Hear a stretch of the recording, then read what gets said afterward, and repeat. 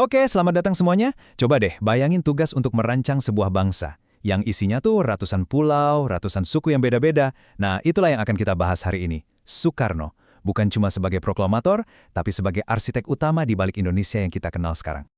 Kita mulai dengan kutipan yang visinya luar biasa ini ya. Ini tuh bukan sekedar kata-kata manis loh. Ini adalah cetak biru dari impiannya. Bukan cuma buat Indonesia, tapi untuk seluruh dunia. Sebuah visi yang, wow, besar sekali. Nah, disinilah letak paradoksnya kan? Gimana ceritanya seorang arsitek bangsa yang begitu dihormati bisa mengakhiri hidupnya dalam keterasingan? Pertanyaan inilah yang bakal kita coba bedah bareng-bareng. Oke, mari kita mulai. Setiap bangunan hebat itu pasti dimulai dari desainnya dulu kan? Sama halnya dengan seorang pemimpin. Kita akan lihat gimana masa mudanya jadi fondasi buat semua yang akan dia bangun di masa depan. Ini dia nih bahan bakunya. Lahir dari perpaduan Jawa dan Bali, artinya dia udah hidup dalam semangat Bhinneka Tunggal Ika sejak kecil. Terus pas tinggal bareng Cokro Aminoto, dia kayak menyerap 3 ideologi besar dunia sekaligus. Semua ini adalah bahan mentah yang nanti bakal dia olah jadi sesuatu yang revolusioner. Dan ini poin yang sering banget kelewat. Dia itu bukan cuma orator ulung, dia itu seorang insinyur. Dia itu terbiasa berpikir dalam kerangka, struktur, dan fondasi. Nah, kemampuan inilah yang dia pakai, bukan buat membangun jembatan beton, tapi buat membangun sebuah ideologi kebangsaan. Nah, sekarang kita masuk ke inti dari karya arsitekturalnya. Gimana sih caranya dia merancang sebuah ideologi yang bisa menyatukan ratusan suku bangsa yang berbeda di bawah satu atap yang sama? Coba bayangin deh, ide ini tuh radikal banget pada zamannya.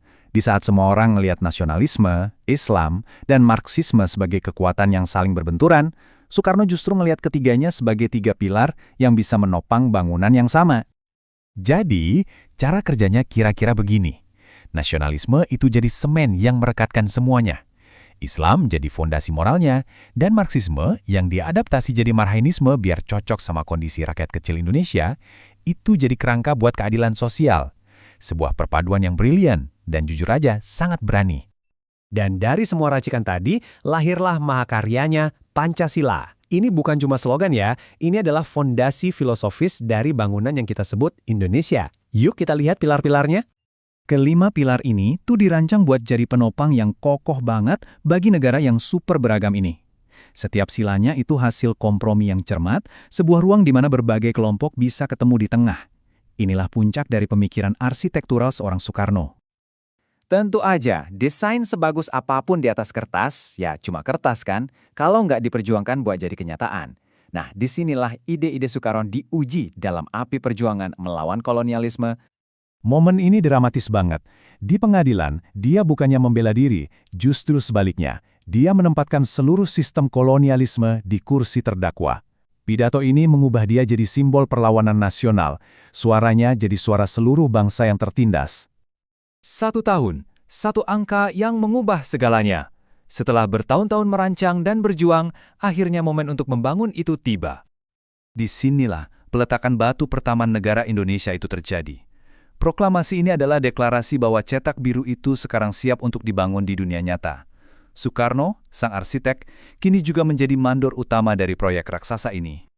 Oke, setelah fondasi nasional diletakkan, Soekarno mulai mikirin posisi bangunan Indonesia ini di antara bangsa-bangsa lain. Ambisinya itu nggak berhenti di batas negara. Coba lihat jangkauannya.